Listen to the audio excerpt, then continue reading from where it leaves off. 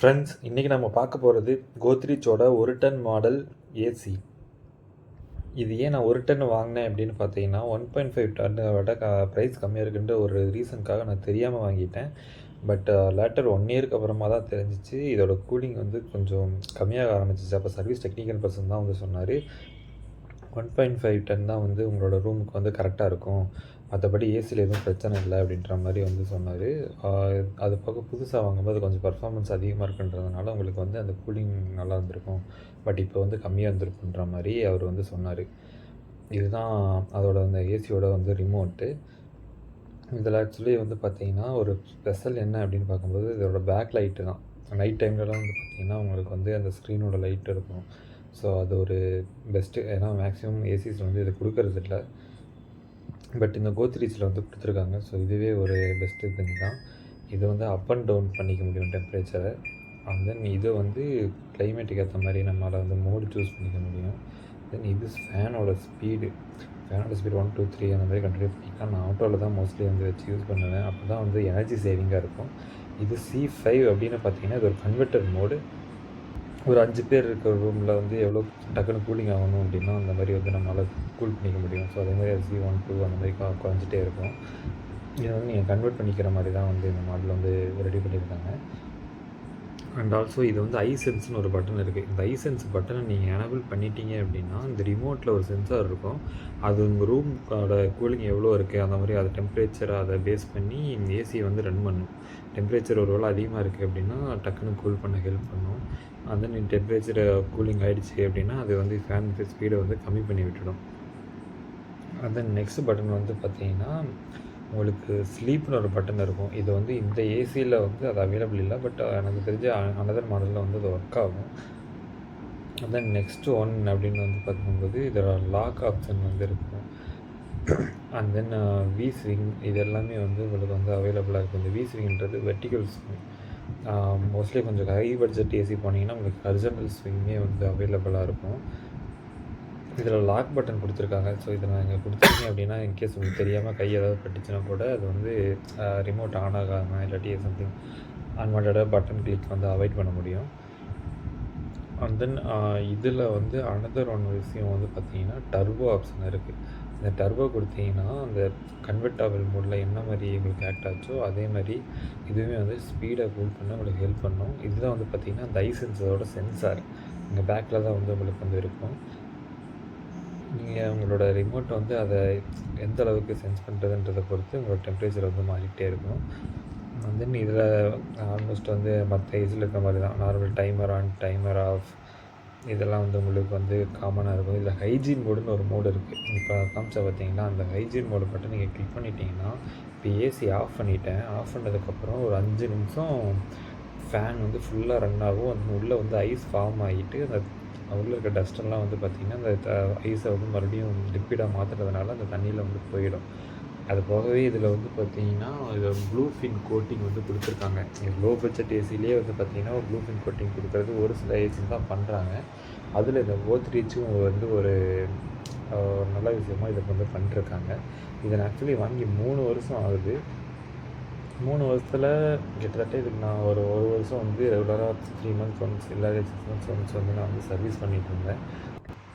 நான் வந்து அதில் ஆல்மோஸ்ட் எதுவும் பிரச்சனை இது வரைக்கும் பெருசாக வரல. நான் வீடு வந்து செட் பண்ணிவிட்டு நான் மாற்றிட்டேன்.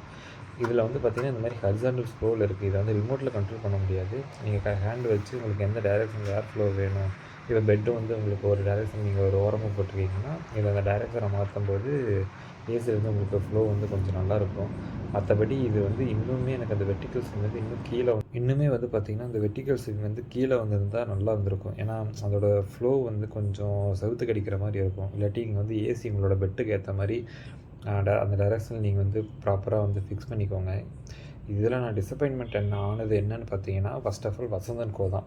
அங்கே வந்து பார்த்திங்கன்னா 1.5 டன்னை வந்து வாங்க சொல்லி ரொம்ப கம்பல் பண்ணாங்க. பட் அது போக எந்த ஒரு ஆஃபருமே அந்த டைமில் இல்லை. எமர்ஜென்சியில் போய் வாங்கினதுனால ஈவன் ஸ்டெபிலைசர் ஆஃபர் கூட இல்லை அப்படின்ற மாதிரி சொன்னாங்க. நான் வந்து இனிஷியல் டைமில் அந்த ஸ்டெபிலைசர் இல்லாமல் தான் வந்து நான் இதை யூஸ் பண்ணிகிட்டு இருந்தேன். ஒரு 1 இயருக்கு அது ரொம்ப லோ வோல்டேஜ் ஆகுது அப்படின்ற ஒரு ரீசனுக்காக கொஞ்சம் பயந்துட்டு தான் அதுக்கப்புறம் ஸ்டெபிலைசரே வாங்கிட்டேன். அதுவுமே சேம் வசந்த் & கோவில் தான் போய் வாங்கினேன். ஏன்னா நியர்பை ஷாப் அது ஒன்று தான் இருக்குது. ஆன்லைனில் போட்டால் எனக்கு வந்து ஒரு 4 டேஸ் மேலே வந்து ஆகிற மாதிரி காமிச்சிச்சு. ஏன்னா இந்த நான் யூஸ் பண்ணுற ஸ்டெபிலைசர் வந்து பார்த்திங்கன்னா 130 வந்து 180 to 230 வரைக்குமே வந்து பார்த்திங்கன்னா உங்களுக்கு ஸ்டெப் அப் பண்ணி கொடுக்கும். டபுள் பூஸ்டர் ஸ்டெபிலைசர் தான் வந்து நான் யூஸ் பண்ணுறேன். இது ஆன்லைனில் பார்க்கும்போது அதுவுமே ஒரு 5000 மேலே வந்துச்சு. பட் ஆனால் டெலிவரி டைம் வந்து ரொம்பவே டைம் எடுத்துச்சு. ஸோ அதனால் நான் இங்கே ஆஃப்லைனில் சேம் ப்ரைஸ் அவைலபிளாக இருக்குன்றதுனால நான் போய் வாங்கிட்டேன். பட் அவங்க டிசப்பாயின்மெண்ட் என்ன பண்ணாங்க அப்படின்னா 3 இயர்ஸ் சர்வீஸ் ஃப்ரீ அப்படின்ற மாதிரி சொன்னாங்க. 3 இயர்ஸ் என்னென்னு வந்து பார்த்திங்கன்னா அவங்க வந்து ஒன் அசிஸ்ட்னு ஒன்றில் வந்து ரெஜிஸ்டர் பண்ணி வச்சுருக்காங்க.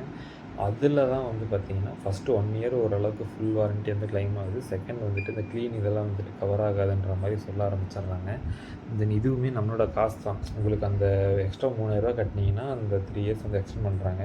இல்லை எனக்கு எக்ஸ்டெண்ட் வாரண்ட்டி தேவையில்லை அப்படின்னா அந்த 3000 கம்மி பண்ணிவிட்டு ப்ரைஸு சேம் ப்ரைஸ் என்னவோ அந்த ப்ரைஸில் வந்து உங்களுக்கு கொடுத்துட்றாங்க. நான் இது வாங்கும்போது பார்த்திங்கன்னா அந்த டைம் ஏசியோட ப்ரைஸ் ரொம்ப ஹையில் இருந்துச்சு. ஸோ இது ஒரு டின்னே பார்த்திங்கன்னா 30,000 வந்து வாங்கியிருந்தேன். பட் இதோட கரண்ட் ப்ரைஸ் வந்து எனக்கு தெரிஞ்சு இது ஒரு 25 to 23 எனக்கு தெரிஞ்சு எனக்கு கிடைக்குது. கார்டு ஆஃபர்ஸ் இதெல்லாம் யூஸ் பண்ணும்போது நீங்கள் வேணால் வாங்கி இதை ட்ரை பண்ணுங்கள். பட் ஆல்மோஸ்ட் மற்றபடி இது வந்து பார்த்திங்கன்னா ஒரு சிங்கிள் ரூம் ஒரு 10 to 10 அந்த மாதிரி இருக்கும்போது உங்களுக்கு வந்து என்னென்னா கொஞ்சம் நல்லாவே பெட்டர் கூல் தருது. ஒரு 15 மினிட்ஸ் ஓடினாவே வந்து பார்த்திங்கன்னா ரூம் வந்து ஃபுல்லாக கூல் ஆகிடும். நாங்கள் இது வரைக்குமே 1 ஹவருக்கு மேலே வந்து ஏசி போட்டதே இல்லை. மோஸ்ட்லி இதை கம்மியாக தான் வந்து யூஸ் பண்ணியிருக்கோம்.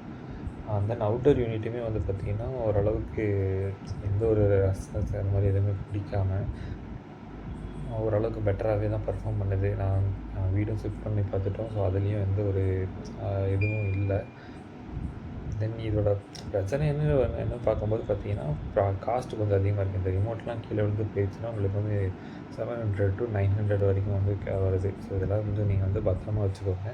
அண்ட் தென் வீக்லி ட்வைஸ் வந்துட்டு அட்லீஸ்ட் வீக்லி ஒன்ஸாவது வந்து பார்த்திங்கன்னா நீங்கள் அந்த ஃபில்டரை மட்டும் ரிமூவ் பண்ணி நீங்கள் வந்து க்ளீன் பண்ணுற மாதிரி இருக்கும்.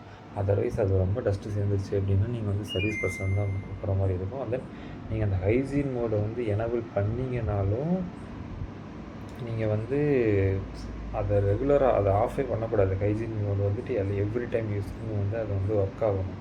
அப்போ தான் வந்து பார்த்திங்கன்னா உங்களுக்கு அந்த உள்ள டஸ்ட்டு ஃபார்ம் ஆகாமல் இருக்கும். நீங்கள் இப்போ ஒரு டைம் வாரத்துக்கு ஒரு டைம் இல்லை 2 டைம் போட்டிங்கன்னா அது கண்டிப்பாக டஸ்ட்டை மறுபடியும் உள்ளே தங்க வச்சுட்டு தான் இருக்கும். நீங்கள் வந்து எவ்ரி யூஸுமே அதை வந்து ஆன் பண்ணி தான் வைக்கணும்.